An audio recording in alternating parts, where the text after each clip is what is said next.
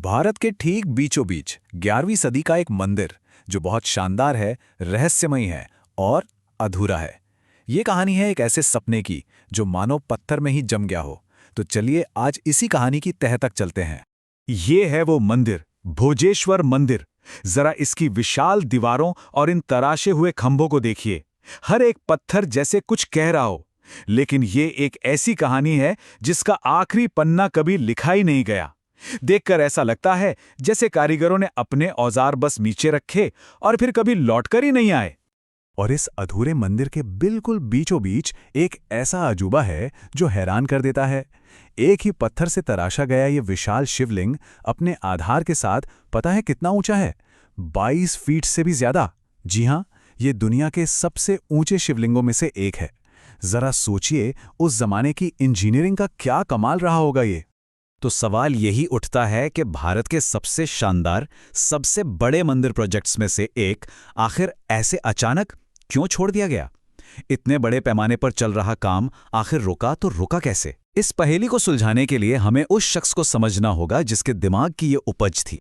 तो चलिए अब मिलते हैं उस मास्टरमाइंड से, उस दूरदर्शी इंसान से जिसकी ये भव्य योजना थी। ये सिर्फ एक राजा नहीं थे, बल्कि भारतीय इतिहास की सबसे जानी-मानी हस्तियों में से एक थे। हम बात कर रहे हैं मालवा के परमार वंश के राजा भोज की। इनका शासनकाल लगभग 1010 से 1055 ईस्वी तक का था और इनकी एक उपाधि ही इनकी सोच के बारे में सब कुछ बता देती है। त्रिभुवन नारायण, मतलब तीनों लोकों के स्वामी।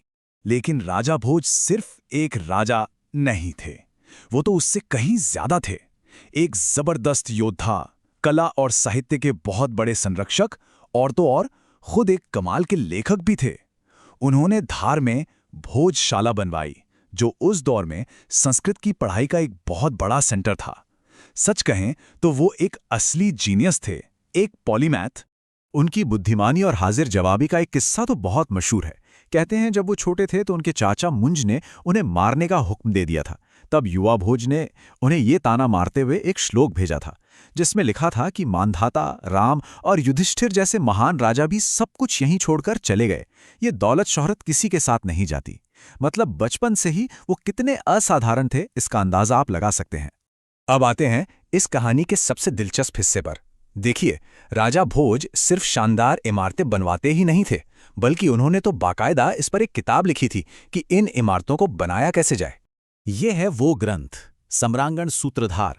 ये कोई मामूली किताब नहीं है, ये आर्किटेक्चर और इंजीनियरिंग का एक तरह का विश्वकोश है। इससे ये साफ पता चलता है कि राजा भोज सिर्फ हुक्म देने वाले राजा नहीं थे, बल्कि वो तो अपने आर्किटेक्ट्स के लिए एक गुरु जैसे थे, उन्हें सिखाने वाले।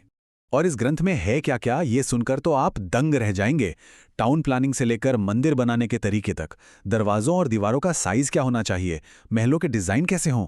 अरे इतना ही नहीं, इसमें तो मैकेनिकल डिवाइसेस यानी यंत्रों के बारे में भी लिखा है। मतलब सोचिए उनकी जानकारी कितनी गहरी और कितनी फैली हुई थी।